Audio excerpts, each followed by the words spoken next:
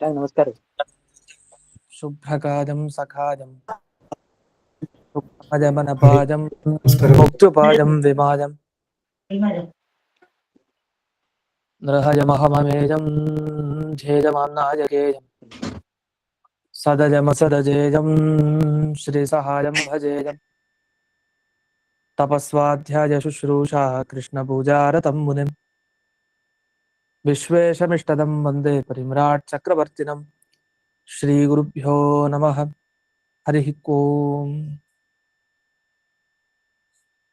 ಲಕ್ಷ್ಮೀಕಾಂತಂ ಭುವರಾಹಂ ಭಜೇಹಂ ಬಾದರಾಯಣಂ ವಾದಿರಾಜಹೃದಂ ಭೋಜಮಂದಿರಂ ವಾಜಿಕಂಧರಂ ಭೀಮಸೇನಾನಂದತೀರ್ಥವಾನರೇಂದ್ರಾನಹಂ ಭಜೆ ವಾದಿರಾಜಗುರೂನ್ ವಂದೇ ವೇದವೇದ್ಯಗುರೂನ್ ಭಜೆ ಗುರೂನ್ ವೇದನಿಧೀನ್ ವಂದೇ ನಾರಸಿಂಹಗುರೂನ್ ಭಜೆ ವಂದೇ ನಾರಾಯಣಾಚಾರ್ಯಾನ್ ಕರ್ಣಾದಿಗಣಸೇವಿತಾನ್ ವಂದೇ ವೃಂದಾವನಾಚಾರ್ಯಾನ್ ಹಯಗ್ರೀವಮುನೀನ್ ಭಜೆ ಶೇಷ ಸೀತಾಪತಿಂ ವ್ಯಾಸಾನ್ ಪ್ರಣಮಾಮಿ ಗುರುಪ್ರಿಯಾನ್ ವೃಂದಾವನಾದ್ಯ ಸಂಪ್ರಾಪ್ತ ಜ್ಞಾನೇಶ್ವರ್ಯಾನಹಂ ಸದಾ ರಘುಪ್ರವೀರಾಖ್ಯ ಗುರೂನ್ ಭಜೆ ಜ್ಞಾನಾದಿಸಿದ್ಧಯೇ ಶ್ರೀಮದ್ ವೃಂದಾವನಾಖ್ಯಾನಂ ವ್ಯಾಖ್ಯಾನೆ ಮಂದಧೀರಹಂ ಯದ್ಯಪ್ಯನಧಿಕಾರ್ಯಸ್ಮಿನ್ ತಥಾಪಿ ಗುರುವಾಕ್ಯತಃ ಮಯಾ ಯದಲ್ಪಂ ವಿಜ್ಞಾತಂ ತತ್ಸ್ಮೃತ್ಯರ್ಥಂ ನಿರೂಪ್ಯತೆ ಸಂತಃ ಸಂತು ಕೃಪಾವಂತೋ ಗುರುರಾಜಪದಾಶ್ರಯಾಃ.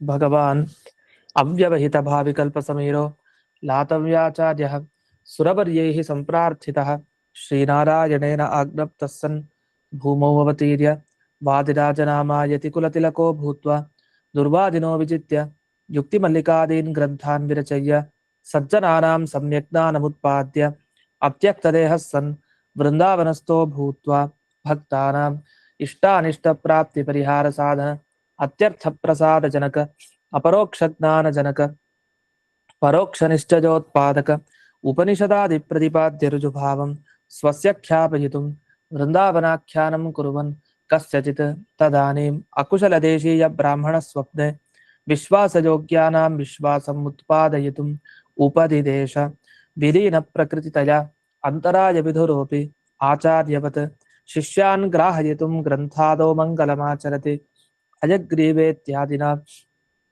ಹಯಗ್ರೀವಂ ಚಿದಾನಂದ ವಿಗ್ರಹಂ ಸದನುಗ್ರಹಂ ದಶಗ್ರೀವಚ್ಛಿದಂ ಶಾಪಾನ್ ಮಣಿಗ್ರೀವ ವಿಮೋಚನಂ.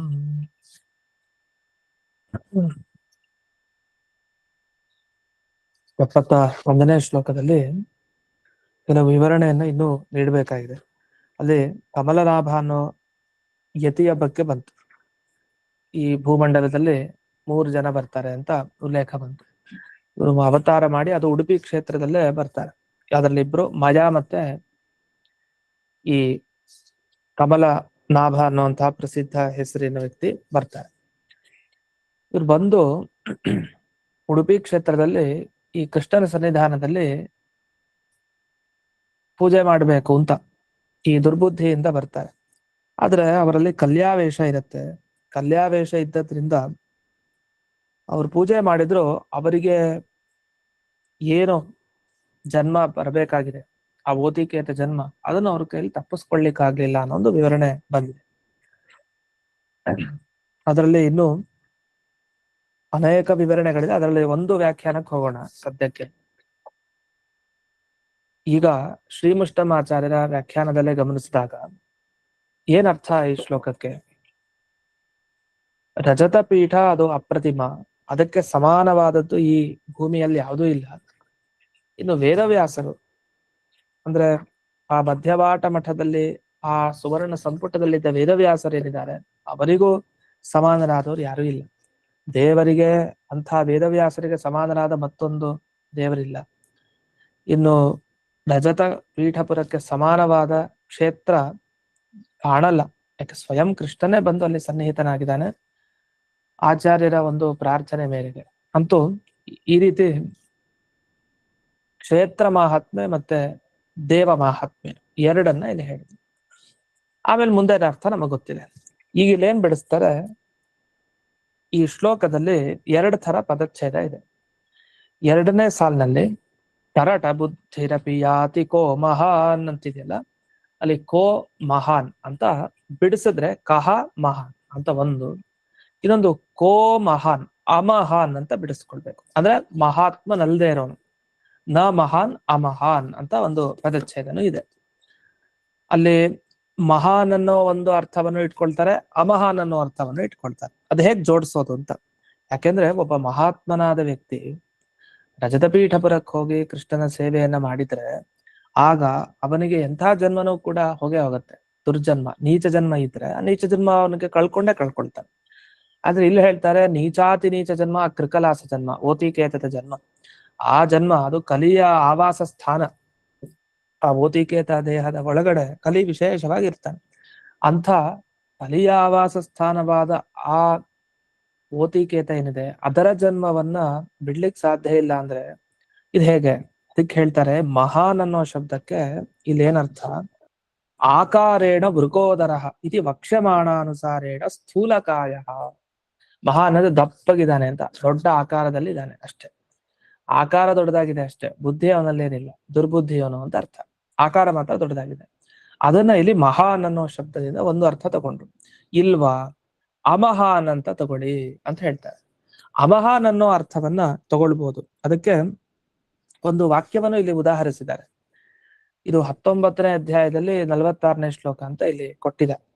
ಅದರ ಶ್ಲೋಕ ಏನು ಪೂರ್ಣ, ಸದ್ವಂದನಾದಿಭಿ ಶೂನ್ಯಂ ವದನಂ ಭುವಿ ನಿಂದಿತಂ ತಸ್ಮಿನ್ ಬ್ರಹ್ಮನ್, ಮ್ಯೂಟ್ ಮಾಡ್ಕೊಳ್ಳಿ ಶಬ್ದ ಆಗ್ತಾರೆ, ತಸ್ಮಿನ್ ಬ್ರಹ್ಮನ್ ಬ್ರಹ್ಮನಿಂದ ದೋಷೇಣ ಬ್ರಹ್ಮ ರಾಕ್ಷಸ ಅಂತ ಹೇಳಿದ್ದಾರೆ. ಒಂದು ನಿಮಿಷ.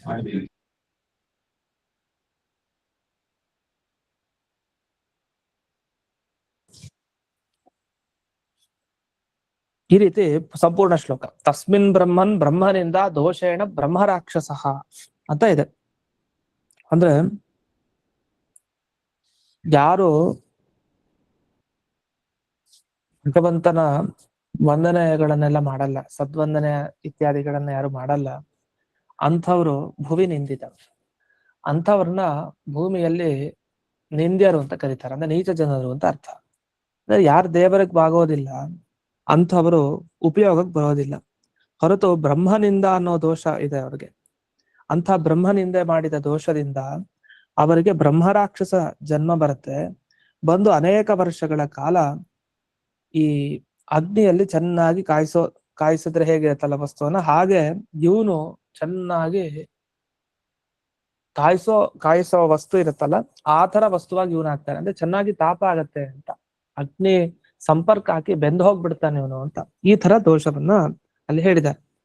ಹಾಗಾದ್ರೆ ಏನಾಯ್ತು, ಯಾರು ಭಗವಂತನ ಬಗ್ಗೆ ನಿಂದನೆಯನ್ನು ಮಾಡ್ತಾರೋ ಮತ್ತೆ ಸಜ್ಜನರಿಗೆ ನಮಸ್ಕಾರವನ್ನ ಮಾಡೋದಿಲ್ಲ, ಸದ್ವಂದನಾದಿಭಿ ಶೂನ್ಯಂ, ಮತ್ತೆ ವದನಂ ಭುವಿ ನಿಂದಿತಂ, ಅಂದ್ರೆ ಯಾರು ನಮಸ್ಕಾರ ಮಾಡಲ್ಲ, ಯಾರು ಸಜ್ಜನರ ಬಗ್ಗೆ ಹೊಗಳಲ್ಲ, ದೇವರ ಬಗ್ಗೆ ತಿರಸ್ಕಾರ ಮಾಡ್ತಾರೆ, ಇವನ್ನೆಲ್ಲ ಭೂಮಿಯಲ್ಲಿ ನಿಂದ್ಯರು ಅಂತ ಕರೀತಾರೆ. ಭೂಮಿಯಲ್ಲಿ ಜನ ಕರೀತಾರೋ ಇಲ್ವೋ ಗೊತ್ತಿಲ್ಲ, ಆದ್ರೆ ಅಂಥವರನ್ನ ಭೂಮಿಯಲ್ಲಿ ನಿಂದ್ಯರು ಅಂತ, ಅವ್ರ ನಿಂದನೆ ಮಾಡ್ಬೇಕು, ಯೋಗ್ಯತೆ ಇಲ್ಲದವರು ಅಂತ ಅರ್ಥ, ನಾಸ್ತಿಕರು ಅಂತ ಅರ್ಥ. ಅಂಥ ಈ ನಾಸ್ತಿಕರನ್ನ ಪರಮಾತ್ಮ ಏನ್ ಮಾಡ್ತಾನೆ ಅಂತಂದ್ರೆ ಮುಂದೆ ಬ್ರಹ್ಮರಾಕ್ಷಸ ಜನ್ಮ ಬರೋ ಹಾಗೆ ಮಾಡ್ತಾನೆ ಅಷ್ಟೇ, ಇನ್ನೇನಾಗಲ್ಲ. ಈ ತರ ಒಂದು ಮಾತು ಬಂದಿದೆ. ಅದರ ಪೂರ್ಣ ರೂಪ ಇನ್ನೊಂದಿದೆ, ಹಿಂದ ಮುಂದಿನ ಘಟನೆಗಳು ಸುಮಾರಿದೆ, ಅದೀಗ ಬೇಡ, ಅದು ಆ ಅಧ್ಯಾಯಕ್ಕೆ ಬಂದಾಗ ನೋಡೋಣ. ಇಲ್ಲಿ ಉಲ್ಲೇಖ ಮಾಡಿದ್ದು ಮಾತು ವ್ಯಾಖ್ಯಾನದಲ್ಲಿ ಒಂದು, ಸದ್ವಂದನಾದಿಭಿ ಶೂನ್ಯಂ ವದನಂ ಭುವಿ ನಿಂತಿತಂ. ಈ ತರ ಅಮಹಾನ್ ಒಬ್ಬ ವ್ಯಕ್ತಿ, ಅವನು ಅಮಹಾನ್, ಅವನು ಒಳ್ಳೆಯವನಲ್ಲ, ಯಾಕೆಂದ್ರೆ ಅವನಿಗೆ ಈ ಸದ್ಗುಣಗಳೆಲ್ಲ ಇಲ್ಲ. ಒಂದ ಆಕಾರದಿಂದ ಸ್ಥೂಲಕಾಯ, ಅಥವಾ ಈ ಸಜ್ಜನರಿಗೆಲ್ಲ ನಮಸ್ಕಾರ ಮಾಡ್ಬೇಕು ಅನ್ನೋ ಗುಣ ಇಲ್ಲ, ಅಂತ ಒಬ್ಬ ನಿಂದನಾದ ವ್ಯಕ್ತಿ ಅಮಹಾನ್. ಕೋಪಿ, ಇಂಥ ಯಾರೋ ಒಬ್ಬ ಮಹಾನ್ ಕಹ ಅಮಹಾನ್ ಕಹ ಅಂತ ಎರಡೂ ರೀತಿ ಇಲ್ಲಿ ಶ್ಲೋಕದಲ್ಲಿ ಬಿಡಿಸ್ಕೊಳ್ಬೇಕು ಅಂತ ಒಟ್ಟು ಸಾರ. ಏನ್ ಮಾಡ್ದ, ಸೀದಾ ತನ್ನ ದುರ್ಬುದ್ಧಿಯಿಂದ ತಾನು ಹೋದ ರಜತ ಪೀಠಪುರಕ್ಕೆ. ಹೋದವನು ಅಲ್ಲಿ ಕೃಷ್ಣನ ಅನುಗ್ರಹಕ್ಕೆ ಅವನು ಪಾತ್ರನಾಗ್ಲಿಲ್ಲ, ವೇದವ್ಯಾಸರ ಅನುಗ್ರಹಕ್ಕೆ ಪಾತ್ರನಾಗ್ಲಿಲ್ಲ. ಅವನಿಗೆ ಸರಟ ಜನ್ಮ ನಜಹಾತಿ, ಆ ಜನ್ಮ ಅವನಿಗೆ ಬಂದೇ ಬರುತ್ತೆ, ಅವನ ಅದರಿಂದ ಬಿಡಿಸ್ಕೊಂಡು ಹೋಗ್ಲಿಕ್ಕೆ ಸಾಧ್ಯವೇ ಇಲ್ಲ ಅಂತ ಇಷ್ಟು ವಿಷಯ ಬರುತ್ತೆ. ಇದ್ರ ಮಧ್ಯದಲ್ಲಿ ಒಂದು ಶಬ್ದವನ್ನ ಹಾಕ್ತಾರೆ ಇಲ್ಲಿ, ಜನಮಂಡಲ ಸ್ಥಳೇಶು ಬುದ್ಧಿಯುಕ್ತ ಸನ್ ಅಂತ ಹೇಳ್ತಾರೆ. ಅಂದ್ರೆ ಕಾಕಬುದ್ಧಿ ಅಂತ ಒಂದು ಶಬ್ದ ಬಂತಲ್ಲ, ಈ ಕಾಕಬುದ್ಧಿ ಇರೋನು ಅನ್ನೋ ಏನ್ ಅರ್ಥ ಬರುತ್ತೋ ಕರಟ ಬುದ್ಧಿ ಅನ್ನೋ ಶಬ್ದಕ್ಕೆ ಅದೇ ತರ ಇನ್ನೊಂದು ಅರ್ಥ ಬರ್ದಿದ್ದಾರೆ ಇಲ್ಲಿ. ಅದು ಗಜಬುದ್ಧಿ ಕಾಕಬುದ್ಧಿ ಅದೆಲ್ಲ ಒಂದೊಂದು ಅರ್ಥ ಆಯ್ತು. ಈಗ ಅರ್ಥ ಬರ್ದಿತ್ತು, ಸಮಾಜದಲ್ಲಿ ಬುದ್ಧಿವಂತ ಅಂತ ಕರೀತಾರೆ ಅವನನ್ನ, ಆದ್ರೆ ವಸ್ತುತಃ ಅವನ್ ಬುದ್ಧಿವಂತ ಅಲ್ಲ. ಅವನು ಆತರ ವೇಷ ತೊಟ್ಕೊಂಡು ಬಂದಿದ್ದಾನಷ್ಟೆ. ಅವನು ಕೃಷ್ಣನನ್ನ ವೇದವ್ಯಾಸರನ್ನ ಪೂಜೆ ಮಾಡ್ತಾನೆ, ಆದ್ರೆ ತನ್ನಲ್ಲಿ ಕಲಿಯಾವೇಶ ಇರೋದ್ರಿಂದ ಅವನಿಗೆ ಆ ದುರ್ಜನ್ಮ ಬಂದೇ ಬರುತ್ತೆ, ಓತಿಕೇತ ಜನ್ಮ, ಅವನಿಗೆ ಪರಿಹಾರ ಆಗಲ್ಲ ಅಂತ ಇಷ್ಟೆಲ್ಲ ಬಂತು. ಈಗ ಸದ್ಯಕ್ಕೆ ನಮ್ಗೆ ಈ ಎಲ್ಲ ವಿಷಯ ಯಾಕೆ ಬೇಕಾಗಿದೆ ಅಂದ್ರೆ ಇದರ ಸಂಪೂರ್ಣ ರೂಪವನ್ನ ಇಲ್ಲಿ ವರ್ಣನೆ ಮಾಡ್ತಾರೆ. ಯಾಕೆ ಇದೆಷ್ಟೆಲ್ಲ ವಿಷಯ ಬಂತು, ಈ ಮುಂದಿನ ಶ್ಲೋಕದಿಂದ ನಮಗೆ ಅದು ಗೊತ್ತಾಗತ್ತೆ. ಅಲ್ಲಿ ಒಂದು ಕಥೆ ಇದೆ, ಅಲ್ಲಿ ವೃಂದಾವನಾಚಾರ್ಯರು ವಾದಿರಾಜರ ಅಪ್ಪಣೆಯ ಪ್ರಕಾರ ಏನ್ ಮಾಡಿದ್ರು ಅನ್ನೋ ವಿಷಯ ಎಲ್ಲ ಮುಂದಿನ ಈ ಭಾಗದಲ್ಲಿ ಸೇರಿಸ್ಕೊಂಡು ಅದನ್ನ ಅರ್ಥ ಮಾಡ್ಬೇಕು. ಆ ತರ ಮುಂದಿನ ಶ್ಲೋಕ ಬಂದಿದೆ. ಈ ಶ್ಲೋಕದಲ್ಲಿ ಒಟ್ಟು ನಾವು ತಿಳ್ಕೊಳ್ಬೇಕಾಗಿತ್ತು, ಈ ಕರಟ ಬುದ್ಧಿ ಆದ ವ್ಯಕ್ತಿ, ಅದ್ರ ಅನೇಕ ಅರ್ಥಗಳಿದೆ, ಅದಕ್ಕಾಗ್ಲೇ ಹೇಳಾಯ್ತು. ಈ ತರ ಬುದ್ಧಿ ಇರೋ ವ್ಯಕ್ತಿ ಯೋಗ್ಯತೆ ಇಲ್ಲದೆ ಇರೋನಂತಾದ್ರೆ ಅವನು ಎಂಥ ಸನ್ನಿಧಾನಕ್ಕೆ ಹೋದ್ರು ಅವನ ಯೋಗ್ಯತೆಗೆ ತಕ್ಕ ಹಾಗೆ ಫಲ ಸಿಗುತ್ತೆ ಹೊರತು, ಅವನು ಕಪಟತನದಿಂದ ಕೃಷ್ಣನ ಪೂಜೆ ಮಾಡಿದ ಕೂಡಲೇ ಕಣಿಕ ನೀತಿ ಅಂತ ಹೇಳ್ತೀವಲ್ಲ, ಆ ಕಣಿಕ ತಾನು ದುರ್ಯೋಧನನಿಗೆ ಅಷ್ಟೆಲ್ಲ ಉಪದೇಶ ಮಾಡ್ತಾನೆ. ಹೇಗೆ ಹೊರಗಡೆ ಗೊತ್ತಾಗ್ಬಾರ್ದು, ಹಾಗೆ ಹೊರಗಡೆ ವೇಷಭೂಷಣ ಇರ್ಬೇಕು, ಹಾಗೆ ಇರ್ಬೇಕು, ಒಳಗಡೆ ಏನ್ ಬೇಕಾದ್ರೂ ದುರ್ಬುದ್ಧಿ ಇಟ್ಕೊಂಡು ಕೆಟ್ಟದ್ದನ್ನೇ ಮಾಡ್ಬೇಕು. ಅದನ್ನು ಉಪದೇಶ, ಹೊರಗಡೆ ದುರ್ಬುದ್ಧಿ ಇಟ್ಕೊಳ್ಬಹುದು ಅಂತಲ್ಲ, ಇಟ್ಕೊಂಡೇ ಕೆಟ್ಟ ಸಾಧನೆ ಮಾಡ್ಬೇಕು ಅಂತಾರೆ, ಹೊರಗಡೆ ಮಾತ್ರ ಗೊತ್ತಾಗ್ಬಾರ್ದು. ಈ ತರ ಏನ್ ಕಣಿಕ ತಾನು ಉಪದೇಶವನ್ನ ಮಾಡಿದ್ನಲ್ಲ, ಆ ತರ ಯಾರೋ ಮೇಲ್ನೋಟಕ್ಕೆ ಹೊರಗಡೆ ವೇಷದಲ್ಲಿ ಗೊತ್ತಾಗ್ದೇನೆ ಯೋಗ್ಯತೆಯಲ್ಲಿ ಮಾತ್ರ ಪದಚ್ಯುತಿಯನ್ನು ಹೊಂದಿರ್ತಾರೆ, ಯೋಗ್ಯತೆ ಇರಲ್ವೋ ಅಂಥವ್ರಿಗೆ ಎಂಥ ಸನ್ನಿಧಾನಕ್ಕೆ ಹೋದ್ರು ಪರಮಾತ್ಮ ಮಾತ್ರ ಸತ್ಯ ಸಂಕಲ್ಪ ಆದ್ರಿಂದ ಅವರ ಯೋಗ್ಯತೆ ತಕ್ಕ ಹಾಗೆ ಅಲ್ಲಿ ಫಲ ಕೊಡ್ತಾನೆ. ದುಷ್ಟರು ಏನು ತೀರ್ಥಯಾತ್ರೆ ಮಾಡ್ಬಾರ್ದು ಅಂತಿಲ್ಲ, ದುಷ್ಟರು ತೀರ್ಥಯಾತ್ರೆ ಮಾಡ್ತಾನೆ. ದುರ್ಯೋಧನ ಏನು ಕೃಷ್ಣನನ್ನ ಮಾತಾಡಿಸಿಲ್ಲ ಅಂತಿಲ್ಲ, ಮಾತಾಡಿಸಿದಾನೆ. ಹತ್ರದಲ್ಲಿ ಇರ್ಲಿಲ್ಲ ಅಂತಿಲ್ಲ, ಇದ್ದಾನೆ. ದುಷ್ಟರು ಭಗವಂತನ ಬಳಿ ಯುದ್ಧ ಮಾಡ್ಲಿಕ್ಕೆ ಬರ್ತಾರೆ, ಭಗವಂತನು ಅವ್ರ ಜೊತೆ ಯುದ್ಧ ಮಾಡಿದ್ದು ಇದೆ. ಹಾಗಾಗಿ ಪವಿತ್ರ ಕ್ಷೇತ್ರಗಳಲ್ಲಿ ಇಂಥವ್ರು ಬರ್ಲೇಬಾರ್ದು ಅಂತ ಇಲ್ಲ, ಬರ್ತಾರೆ, ಅವ್ರವ್ರ ಯೋಗ್ಯತೆಗೆ ತಕ್ಕ ಹಾಗೆ ಅವ್ರು ಫಲ ಪಡ್ಕೊಂಡು ಹೋಗ್ತಾರೆ. ಅಷ್ಟೇ ಬಿಟ್ಟೆ ಅಲ್ಲಿ ಬಂದ್ಬಿಟ್ಟಿದ್ದಾರೆ ಅದನ್ನ ಅವ್ರು ಉದ್ಧಾರ ಆಗ್ಬಿಡ್ತಾರೆ ಅಂತ ಇಲ್ಲ. ಎಷ್ಟೇ ತೀರ್ಥಯಾತ್ರೆ ಮಾಡಿದ್ರು ಯೋಗ್ಯತೆನೂ ಬೇಕು, ಸಾಧನೆ ಮಾಡೋದು ಒಳ್ಳೆ ಸಾಧನೆನ ಮಾಡ್ಬೇಕು. ಮಾಡದೇ ಇದ್ರೆ ಸದ್ಗತಿ ಹೇಗಾಗ್ಲಿಕ್ಕೆ ಸಾಧ್ಯ? ಅದನ್ನ ಸುಮ್ನೆ ಒಮ್ಮೆ ಹೋಗಿ ಬರ್ತಿದಂಗೆ ಎಲ್ಲ ಆಗಲ್ಲ. ಅದಕ್ಕೂ ಒಂದು ಯಾವ್ದೋ ಒಂದು ಪುಣ್ಯ ವಿಶೇಷನೂ ಇರ್ಬೇಕಿಲ್ಲ ಅಂತಿಲ್ಲ. ಆದ್ರೆ ಈ ಕೆಲವು ದೈತ್ಯರನ್ನ ಸದೆ ಬಡಿಲಿಕ್ಕೆ ಅಂಥ ಒಳ್ಳೊಳ್ಳೆ ಕ್ಷೇತ್ರ ಭೂಮಿಯಲ್ಲಿ ಬರ್ತಾರೆ, ಆಗ ಬಂದಾಗ್ಲೂ ನಿಗ್ರಹ ಮಾಡಿದ್ದು ಇದೆ. ಇಷ್ಟೆಲ್ಲ ವಿಷಯ ಬಂತು. ಮುಂದಿನ ಶ್ಲೋಕಕ್ಕೆ ಹೋಗೋಣ. ಇದು ಅನೇಕ ವಿಷಯಗಳು ಬರ್ತಾ ಹೋಗುತ್ತೆ ಇದರ ಪ್ರಕರಣದಲ್ಲಿ. ಅಂತೂ ವೇದವ್ಯಾಸರನ್ನ ಸ್ತೋತ್ರ ಮಾಡಿದ್ರು ಹಿಂದಿನ ಶ್ಲೋಕದಲ್ಲಿ 71ರಲ್ಲಿ. ವೇದವ್ಯಾಸರ ಬಳಿ ಪೂಜೆಯನ್ನ ಮಾಡಿದ್ರು. ವೇದವ್ಯಾಸರು ಮಾತ್ರ ಅವರು ಜ್ಞಾನರೂಪಿ, ಅವರಿಗೆ ಯಾರಿಗೇನು ಗತಿ ಕೊಡ್ಬೇಕು ಅಂತ ಚೆನ್ನಾಗಿ ಗೊತ್ತಿದೆ. ಅವನು ಬಂದವನು ಒಳ್ಳೆಯವನ ಕೆಟ್ಟವನ ಗೊತ್ತಿರುತ್ತೆ. ಒಳ್ಳೆಯವನು ಅಂತ ಆದ್ರೆ ಒಳ್ಳೆ ಯೋಗ್ಯತೆ ಇತ್ತು ಅಂದ್ರೆ ಒಳ್ಳೆ ಫಲ, ಕೆಟ್ಟವನು ಅಂತ ಆದ್ರೆ ನಾಟಕ ವೇಷ ತೊಟ್ಕೊಂಡು ಬಂದಿದ್ದಾನೆ ಅಂದ್ರೆ ಅವನಿಗೆ ಬೇಕಾದ ಗತಿ ಅಂತೂ ಯೋಗ್ಯವಾದ ಗತಿಯನ್ನ ಕೊಡ್ತಾರೆ. ಅದೊಂದು ಅಂಧತಮಸ್ಸ ಆಗ್ಬೋದು, ಒಂದು ಮೋಕ್ಷ ಆಗ್ಬೋದು, ಈ ರೀತಿ. ಮುಂದಿನ ಶ್ಲೋಕ 72ನೇ ಶ್ಲೋಕ. ತಾದೃಶಂ ಕೃಷ್ಣಮಾರಾಧ್ಯ ಚೇದೃಶಂ ವೈಭವಂ ತವ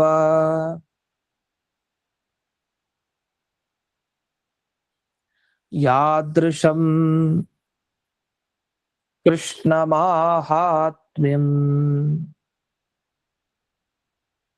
ಈದೃಶಂ ನೋಚ್ಯತೆ ಬುಧೈಃ. ಇಲ್ಲಿ ಕೃಷ್ಣನ ಆರಾಧನೆಗೆ ಫಲ ಏನು ಅನ್ನೋದನ್ನ ವಿವರಣೆ ಮಾಡಿದ್ದಾರೆ. ಯೋಗ್ಯನಾದವನ್ ಮಾಡಿದ್ರೆ ಏನು, ಅಯೋಗ್ಯನಾದವನ್ ಮಾಡಿದ್ರೆ ಏನು. ಅಂದ್ರೆ ಕಪಟತನದಿಂದ ಮಾಡೋನೊಬ್ಬನಾದ್ರೆ ಇನ್ನೊಬ್ಬ ಕಪಟದಿಂದ ಮಾಡ್ತೇನೆ ಶುದ್ಧವಾಗಿ ಮಾಡೋನು. ಅಂತೂ ಕೃಷ್ಣನ ಆರಾಧನೆ ನಡೆದಿತ್ತು. ಇದರ ಬಗ್ಗೆ ಇಲ್ಲಿ ಫಲವನ್ನ ಹೇಳಿದ್ದಾರೆ. ಜ್ಞಾನಿಗಳು ಹೇಗೆ ಹೇಳ್ತಾರೆ ಅನ್ನೋ ವಿಷಯ ಇಲ್ಲಿ ಬಂದಿದೆ. ಇದರ ಮುಂಚೆ ಇಲ್ಲಿ ವೃಂದಾವನಾಚಾರ್ಯರ ಬಗ್ಗೆ ಉಲ್ಲೇಖ ಮಾಡ್ತಾ, ಅವರು ಮಧ್ಯತಾಲ ಮಠದಲ್ಲಿ ಏನು ಸುವರ್ಣ ಸಂಪುಟದಲ್ಲಿ ವೇದವ್ಯಾಸರಿದ್ರು, ಆ ವೇದವ್ಯಾಸ ದೇವರನ್ನ ಉಡುಪಿಗೆ ತರ್ತಾರೆ, ಕೃಷ್ಣನ ಹತ್ರ ಇಡ್ತಾರೆ, ಪೂಜೆ ಮಾಡ್ತಾರೆ. ಅಷ್ಟೇ ಅಲ್ಲದೆ ಅಲ್ಲೇ ಪೀಠದಲ್ಲಿ ಹಯಗ್ರೀವ ದೇವರನ್ನ, ಭೂವರಾಹ ದೇವರನ್ನ ಒಂದೇ ಇದರಲ್ಲಿ ಸ್ಥಾಪನೆ ಮಾಡಿ ಪೂಜೆ ಮಾಡಿದ್ರು. ಇದೆಲ್ಲ ಅವರಿಗೆ ವಾದಿರಾಜರ ಅಪ್ಪಣೆ ಇರೋದ್ರಿಂದ ಹೀಗ್ ಮಾಡಿದ್ರು. ವಾದಿರಾಜರು ಯಾಕೆ ಅಪ್ಪಣೆ ಮಾಡಿದ್ರು ಅಂದ್ರೆ ವೇದವ್ಯಾಸರ ಇಚ್ಛೆ ಆಗಿತ್ತು. ನಾನು ಅಲ್ಲಿ ಹೋಗ್ಬೇಕು, ಕೃಷ್ಣನ ಸನ್ನಿಧಾನದಲ್ಲಿ ಆ ಪ್ರತಿಮೆ ಅಲ್ಲಿ ಇರ್ಬೇಕು, ಆ ಇದು ವೇದವ್ಯಾಸ ಸಂಪುಟ ಇದೆ ಅದಲ್ಲಿರ್ಬೇಕು.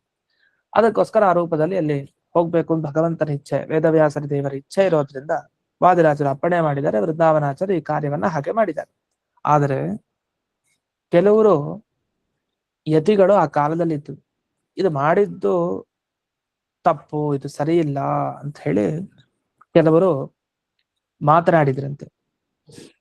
ವಿರೋಧಿಗಳು ಇದನ್ನ ಯಾರು ಒಪ್ಲಿಲ್ಲ ಅಂಥವ್ರು, ಇದನ್ನ ಒಪ್ಲಿಕ್ಕೆ ಸಾಧ್ಯ ಇಲ್ಲ, ಈ ಕ್ರಮ ಸರಿಯಲ್ಲ, ಇದು ಸಮ್ಮತವಾದದ್ದಲ್ಲ ಅಂತ ವಿರೋಧ ಮಾಡಿದ್ರಂತೆ.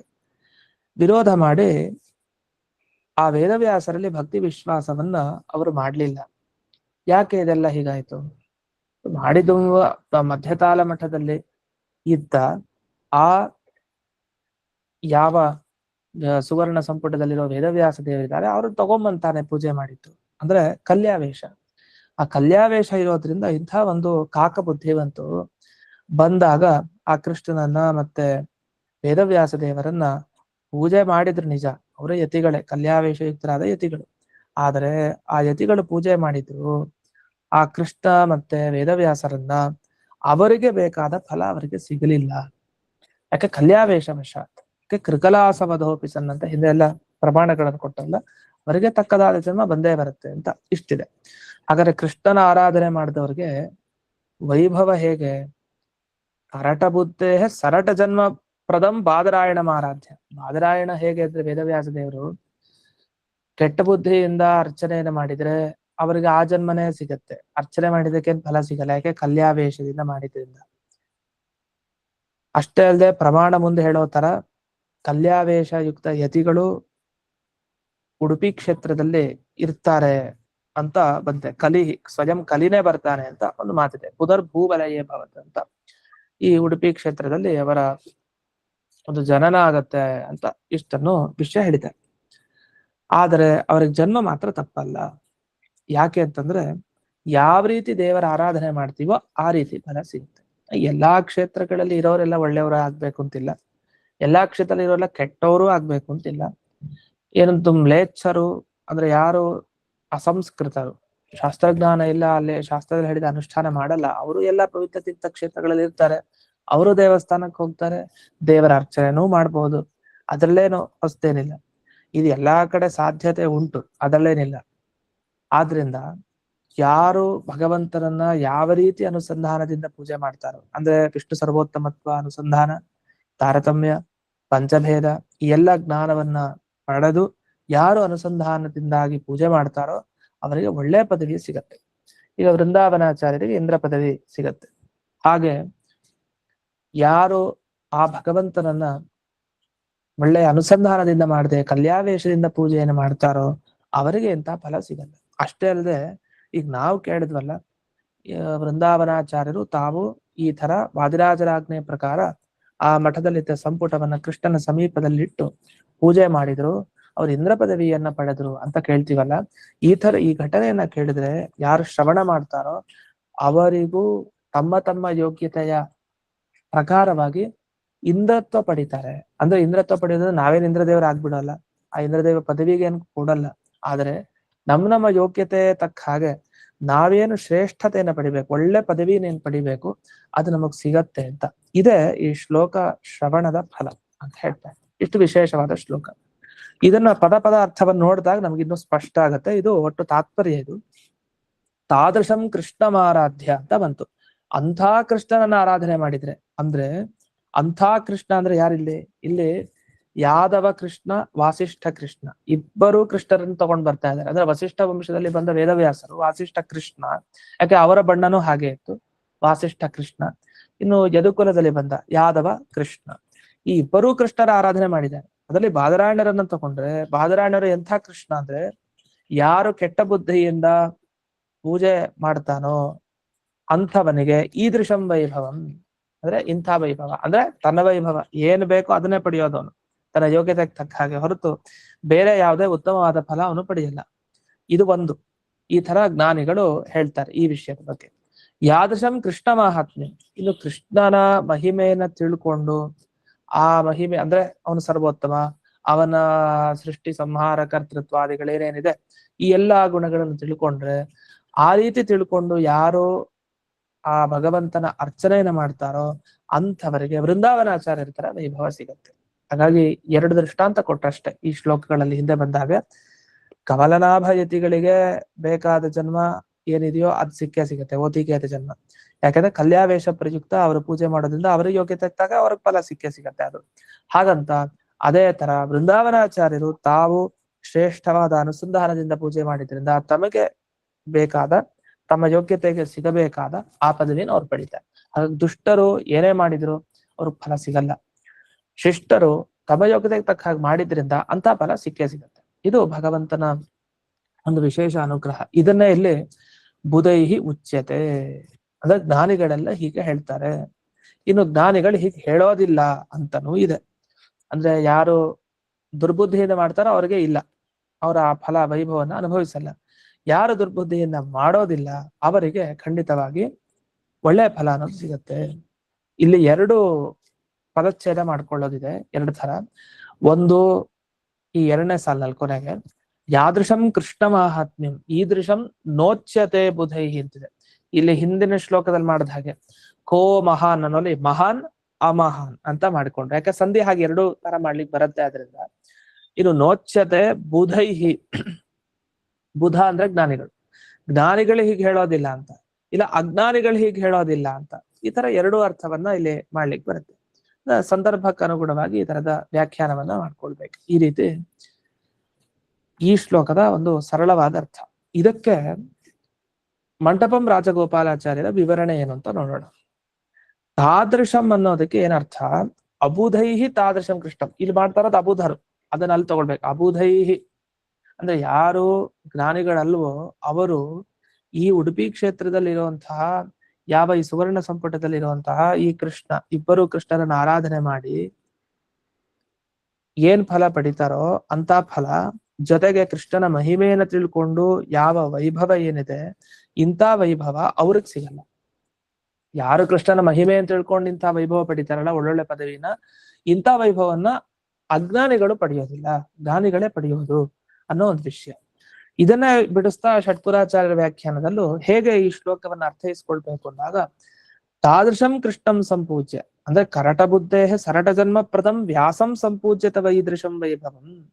ನಿಮ್ಗೆ ಇಂಥ ವೈಭವ ಅಂದ್ರೆ ಈ ವೈಭವ ಅಂತ ಅವ್ರಿಗೆ ವೈಭವನೇ ಅದು. ಈ ಅಜ್ಞಾನಿಗಳಿಗೆ ಮೋಕ್ಷಕ್ಕೆ ಕರ್ಕೊಂಡು ಹೋದ್ರೆ ಅದು ವೈಭವ ಅಲ್ಲ, ಅವ್ರಿಗೆ ಅಂಧಂತ ಬಸ್ಸಕ್ಕೆ ಕರ್ಕೊಂಡು ಹೋಗೋದೇ ಅವ್ರಿಗೆ ವೈಭವ. ಯಾಕಂದ್ರೆ ಅವ್ರ ದುಷ್ಟರು, ಅವ್ರಿಗೆ ಅವ್ರ ಜೊತೆಗೆ ಸೇರಿಸ್ಬೇಕು, ಅವರ ಬುದ್ಧಿ ಇರೋ ಜನರ ಜೊತೆಗೆ, ಒಳ್ಳೆಯ ಜನರ ಜೊತೆಗೆ ಸೇರಿಸಿದ್ರೆ ಅವ್ರಿಗೆ ಅದು ವೈಭವ ಅಲ್ಲ. ಅದ್ರಿಂದ ಅವ್ರಿಗೆ ಸಿಗ್ಬೇಕಾದ ವೈಭವ ಅವ್ರಿಗೆ ಸಿಕ್ತು.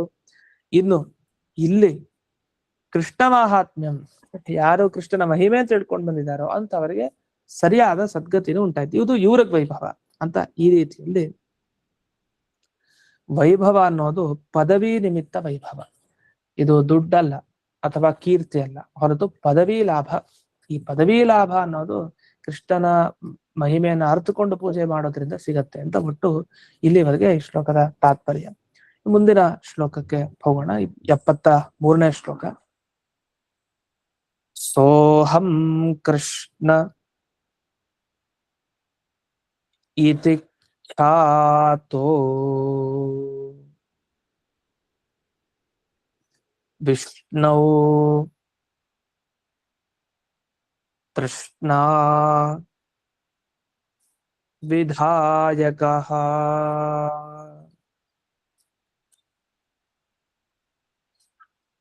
ಕೃಷ್ಣಾಯಾಶ್ಚ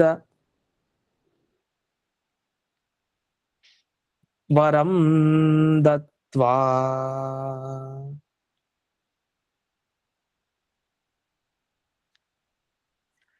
ಪುಷ್ಣಾಮಿ ಏತತ್ ಪತೀನ್ ಸತಿ.